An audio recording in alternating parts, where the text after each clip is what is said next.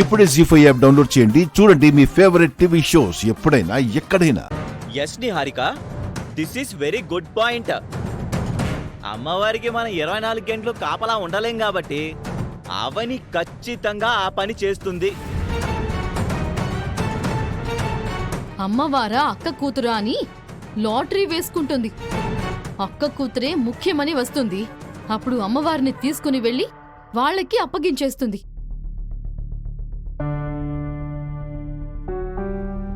మీ తరువాత అమ్మవారి గదిలోకి అవనే అడుగు పెట్టగలుగుతుంది కాబట్టి అవని అనుకున్నంత పని చేస్తుందనడంలో ఎలాంటి అనుమానం లేదు.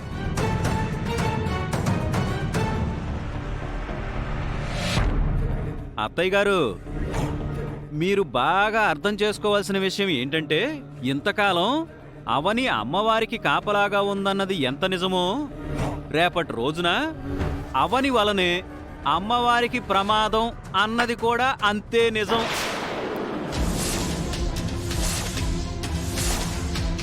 నా కుటుంబ సభ్యులందరితో నా బాధని చెప్పుకుంటే అందరూ అర్థం చేసుకుంటారనుకున్నాను గాని ఇలా నిందిస్తారనుకోలేదు. నాలో మీరనుకున్నట్టు ఏదైనా చెడు ఉద్దేశం ఉండుంటే మీ దగ్గర ఈ విషయం ఎందుకు చెప్తాను? ఒక స్ట్రాటజీ ప్రకారం చేస్తుంటావు కదవని. ఇదంతా నీ ఫ్యూచర్ ప్లాన్ లో ఒక భాగమై ఉండొచ్చు కదా. అయ్యో, ఇక నిన్ను నమ్మడం చాలా కష్టం. అమ్మా నాన్న మీరు నమ్మారంటే మనకే నష్టం. అత్తయ్య, ఇంక నువ్వేం మాట్లాడకు. ఈ క్షణం నిన్నిలా చూస్తుంటే అందరి మాటలు, అందరి అనుమానాలు నిజం అనిపిస్తున్నాయి.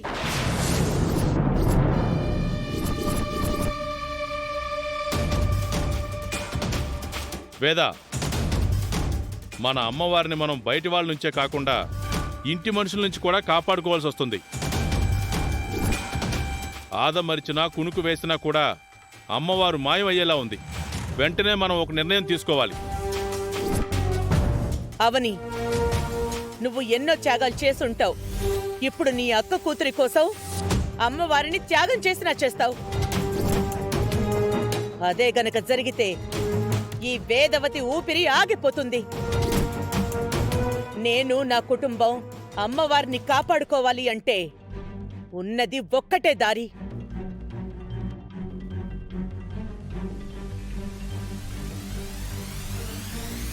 నువ్వు నా ఇంట్లో ఉండకూడదు. నా ఇంట్లో ఉండకూడదు. నా ఇంట్లో ఉండకూడదు.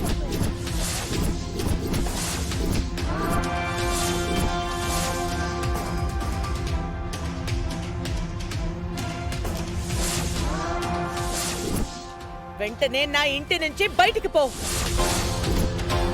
కట్టుబట్టలతో బయటికి పో.